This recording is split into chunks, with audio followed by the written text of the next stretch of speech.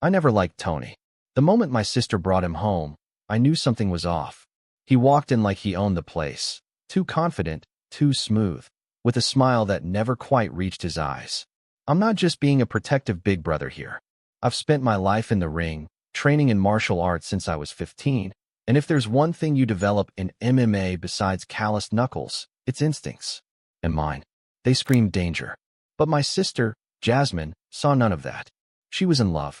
The kind of love that blinds you, drowns you. She was 25, smart as hell, gorgeous, a nurse who worked 12-hour shifts and still called to check on me after every fight. She was my anchor, my only family after Mom died.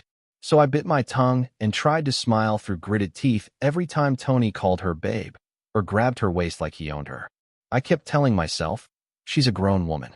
Let her make her own choices. But man, sometimes silence is the biggest betrayal.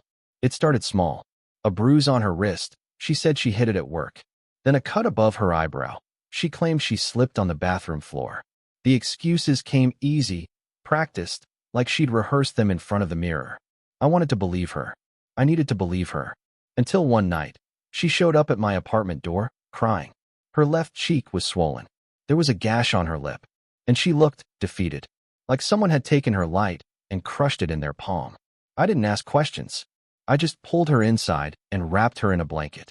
I don't know what to do anymore, Aiden, she whispered, her voice cracking. I still love him. But he changes. He gets angry, and then he apologizes like nothing ever happened. I clenched my fists. My knuckles went white. I'd fought monsters in cages, but nothing compared to this helpless rage burning in my chest. I should have stopped this earlier, I muttered. She shook her head. Please don't go after him. Promise me. I looked her dead in the eyes. I won't let him touch you again. She looked away. That night, I didn't sleep. I sat on the couch with her curled up beside me, my mind spinning, playing back every red flag I'd ignored. I had been too passive, too polite. I thought I could protect her by staying close. But some fights, you can't wait to be invited into. Some fights come looking for you. And Tony? Tony had just picked a fight with the wrong man. For days after that night, I watched Jasmine like a hawk, though she hated it. I'm not a kid, Aiden, she'd say, her voice tired but firm. I have to live my life. But I knew better. This wasn't just some childish rebellion. This was survival. I decided to gather evidence first. I couldn't just throw punches and get arrested. Tony was slick, always playing the victim to anyone who'd listen. I installed cameras outside her apartment with Jasmine's reluctant permission. I checked her texts, overheard phone calls, and even trailed Tony a couple of times after work. He was sneaky, all right. Quiet when he needed to be, but when he wasn't, his temper was a volcano. And Jasmine, she was right in the middle of it. One evening, about a week after she stayed at my place, I was at the gym, hitting the heavy bag harder than usual. The rhythm of my fists pounding the leather was the only thing that kept me calm. I was waiting for the right moment to step in, but that moment never came until it was too late. My phone buzzed with a text from Jasmine. He's here. I'm scared. My heart dropped. I rushed out, gloves still on, and drove to her apartment as fast as I dared. When I pulled up, the street was eerily quiet. The air was thick with tension, like the calm before a storm. I ran up the stairs to her door, which was cracked open just a bit. I pushed it and saw Tony standing over Jasmine, his face twisted with rage. She was trying to shield herself, her voice shaking as she begged. Please, Tony, stop. He shoved her against the wall, hard enough to make the pictures rattle. Why are you always in my business, huh? He snapped, his eyes locking on me as I entered. For a moment, the world stood still. I could feel the adrenaline flooding my veins, my MMA training kicking in, every muscle ready to spring, every sense sharpened to a razor's edge. Get your hands off her, I said coldly. Tony laughed, low and bitter. Or what? You'll fight me. I didn't answer. I just stepped forward, closing the distance. He lunged first, a reckless, wild punch aimed at my head. But I was ready. I ducked, grabbed his wrist, and twisted. The sound of his bones popping was almost satisfying. You're messing with the wrong family, I said, my voice low dark. Jasmine was watching from the corner, eyes wide, caught between fear and relief. Tony snarled, tried to kick me, but I caught his leg midair and slammed him down hard. The fight was brutal, primal. It wasn't just about technique. It was about protecting the person you love. I wasn't holding back. He hit me, but I hit harder. Every punch, every throw, every grapple was a message. Leave her alone. Neighbors started peeking through windows, drawn by the noise, but no one stepped in. Maybe they saw the desperation in my eyes. Finally, I pinned him down, the fight draining out of him like the life in a dying flame. I looked him in the eye, cold and unforgiving. Stay away from her. Or next time, it won't end like this. Tony gasped for breath, beaten and broken, but the message was clear. I turned to Jasmine, who was trembling but safe. For the first time in weeks, I felt a flicker of hope. The fight left more than just bruises. The next morning, Jasmine was quiet, quieter than I'd ever seen her. She sat at the kitchen table, staring into her coffee like it held the answers she needed but couldn't find. I tried to break the silence. You okay? She looked up, eyes rimmed red. I'm scared, Aiden. Scared of what might come next. I understood. Tony wasn't just some random guy who lost a fight. He had connections. He wasn't the kind of man who took defeat lying down. We agreed she would stay at my place for a while. No more "I'm fine" masks, no more bruises to hide. I wanted her safe, truly safe, and if that meant she had to leave her apartment, then so be it. But Tony didn't disappear. He showed up at her workplace, sending messages full of threats and twisted apologies. One text said, "You'll regret this. Nobody crosses me." The police were involved, but without concrete proof, there wasn't much they could do. The cameras I'd installed captured some moments, but Tony was always careful, never caught on tape hitting her directly. He had mastered the art of manipulation, playing the victim with coworkers and friends. Jasmine was stuck in a nightmare loop, and I was the only one who could see the monster behind his mask. One night, after a long shift, Jasmine broke down completely. "I thought he loved me," she whispered. "But love doesn't hurt like this." Her pain tore through me like a knife. I hated that she felt trapped, that the man she thought was her future was the source of her darkest fears. I made a decision. If the law wouldn't protect her, then I would. In my own way, I went back to the gym, harder than ever, pushing my body and mind to the limit. Every strike, every grapple, every training session was preparation. Preparation for the day I'd have to confront Tony, not just for her, but for myself. But deep down, I knew this wasn't just about fists and fights. This was about reclaiming control, about fighting for dignity when everything else seemed to be slipping away. Meanwhile, Jasmine started seeing a counselor, slowly piecing herself back together. She was brave, more brave than I ever thought possible. But the shadows Tony cast were long. One evening, I got a call that chilled me to the bone. "Tony's coming for you," Jasmine said, voice trembling. "He said if he can't have me, no one can." That line echoed in my mind. It wasn't just a threat, it was a promise. The war was far from over. Tony's threat wasn't idle talk. I could feel it like a dark cloud hanging over every quiet moment, every small victory Jasmine made in rebuilding her life. The nights became restless. Every creak in the apartment sounded like an alarm, every shadow a warning. I kept training, but I wasn't preparing for a fight in a cage anymore. This was different, unpredictable, messy, personal. One evening, as the sun dipped below the horizon, I heard the sound of a car pulling up outside my apartment. My heart slammed against my ribs. I glanced at Jasmine, who was sitting on the couch, clutching a pillow like a lifeline. "Stay here," I said, slipping on my jacket. "Don't open the door for anyone." I moved toward the peephole, my MMA instincts sharpening my senses. Outside, I saw Tony. His face was twisted in that same confident, cruel smile, the one that always made my skin crawl. He wasn't alone. Two men stood behind him, large, silent, like shadows ready to strike. I opened the door just a crack. "What do you want, Tony?" His eyes flicked to me, a dark challenge burning there. "We need to talk. Alone." I slammed the door shut and locked it. The sound of their footsteps retreated, but I knew this wasn't over. I called some friends from my gym, fighters, people who owed me favors. I wasn't about to face this alone. Tony's circle was dangerous, but I was no stranger to danger. The next day, I sat with Jasmine and laid out a plan. We had to stay ahead of him, outsmart him. The police reports, the evidence from the cameras, we compiled it all, building a case. It wasn't just about fighting now, it was about surviving. But Tony was clever. The harassment escalated. He started showing up at places Jasmine frequented, leaving notes on her car, calling her phone at all hours with silent threats. One morning, I found the tires slashed. That was the breaking point. I told Jasmine, we either face this head-on or let him win. She nodded, tears in her eyes. I'm ready. I went back to the gym, not just to train physically but mentally. I studied Tony, his patterns, his weaknesses. I talked to people who knew him, piecing together the man behind the menace. What I found was worse than I imagined. A history of broken relationships, violence, and a thirst for control that went beyond anything I'd seen in the ring. Tony wasn't just a bully, he was a predator. The night before I planned to confront him again, I couldn't sleep. I sat in the dark, thinking about Jasmine's smile before all this started, the hope that had been slowly crushed. I promised myself that I would make sure he could never hurt her again. I wasn't just fighting for my sister. I was fighting to reclaim her life, her freedom, and maybe, in some twisted way, to avenge the pieces of my own broken family. The night came faster than I expected. I had arranged to meet Tony at a local gym, the one where I trained since I was a kid.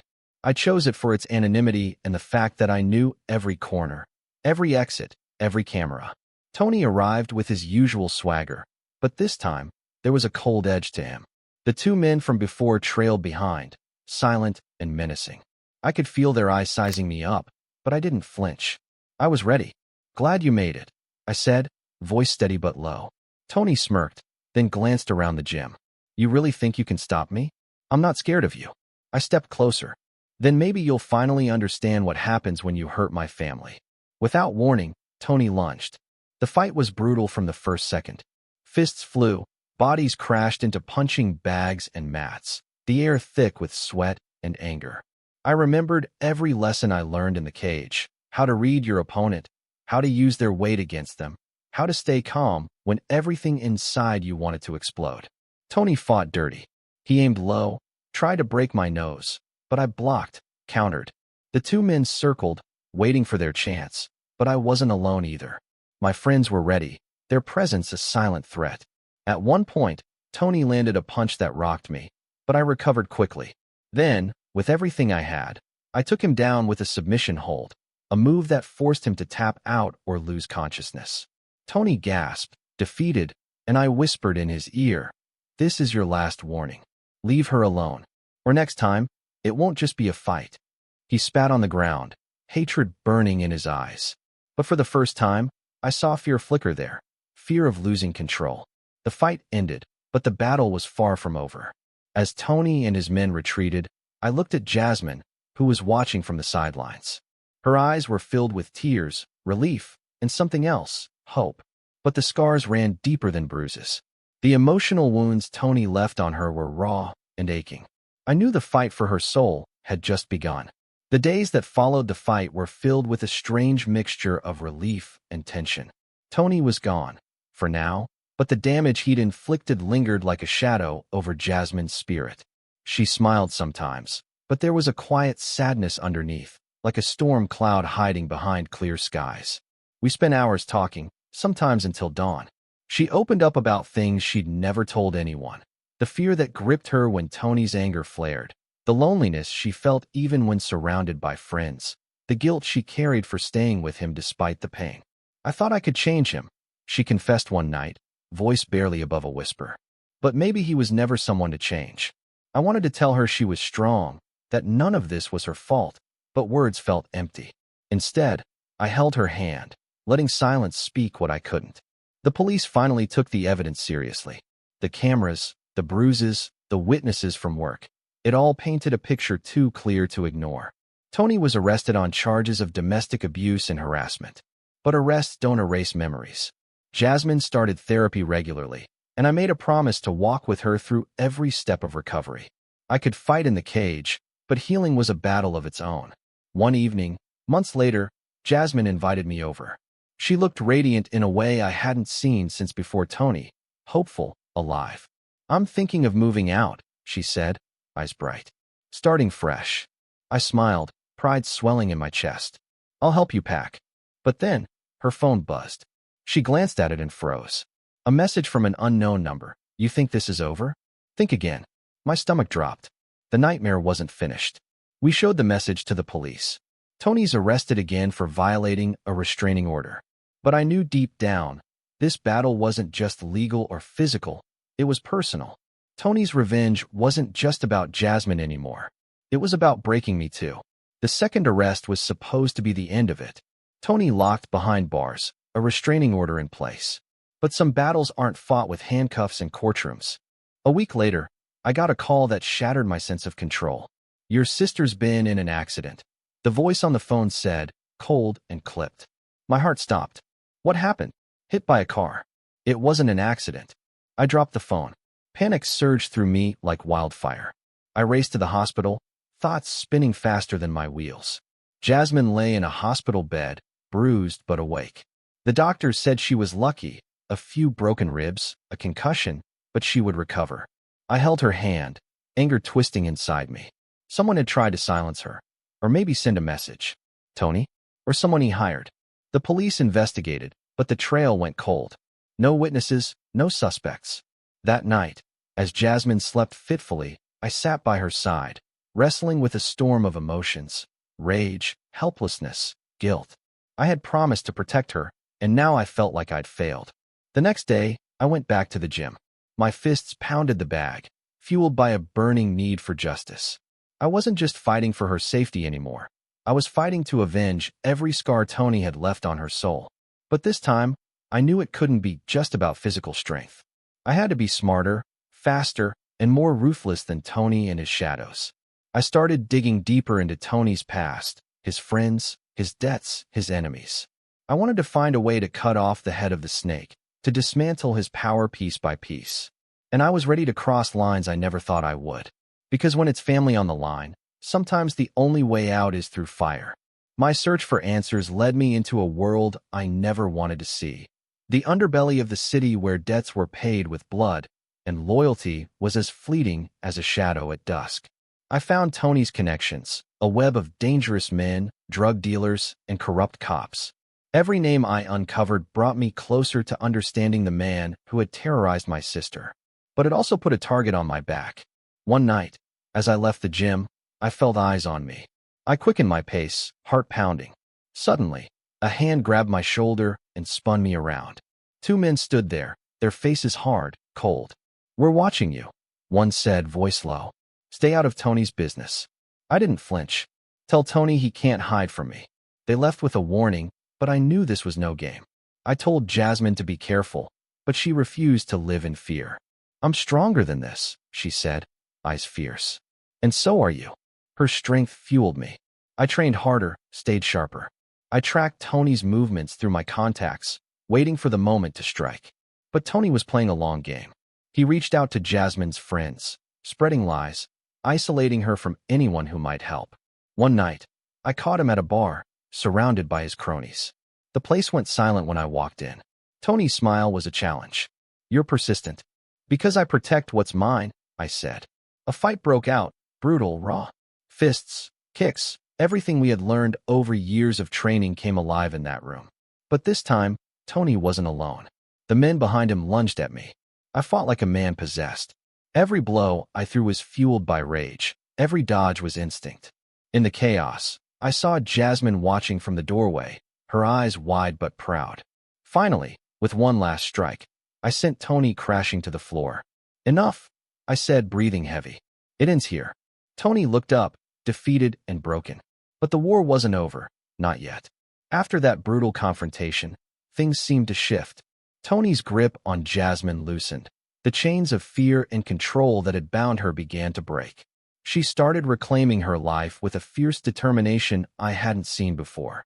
But there was something else beneath the surface, a secret I wasn't prepared for. One afternoon, Jasmine called me. Her voice was shaky but resolute. "There's something I need to tell you," she said. Something I didn't want to admit. I met her at a quiet cafe. The weight of the moment pressed down like a storm. She took a deep breath. "Tony, he wasn't just violent. He was using me." I frowned. "Using you how?" She looked me in the eyes, tears welling up. "He wanted me to spy on you. On your fights, your training, your friends. He thought if he controlled me, he could control you too." My blood ran cold. "That's why he was so angry when you got involved?" She continued. "He was afraid I'd tell you everything." I sat back, stunned. The fight wasn't just about Jasmine's safety. It was about protecting my entire world, my career, my family, everything I'd built. The betrayal cut deep, but it also gave me clarity. Tony's manipulation ran deeper than I realized. Together, Jasmine and I took steps to expose him fully. The police finally had the pieces they needed to put Tony behind bars for good. The day he was sentenced, I felt a strange mix of relief and emptiness. The nightmare was over, but the scars remained. Jasmine hugged me tightly, whispering, "Thank you for never giving up on me." In that moment, I realized that some battles aren't won with fists alone. They're won with love, trust, and the courage to face the truth. With Tony finally behind bars, the heavy weight that had pressed on our lives began to lift. Jasmine and I slowly started to rebuild what had been broken: trust, hope, and the simple joy of feeling safe again.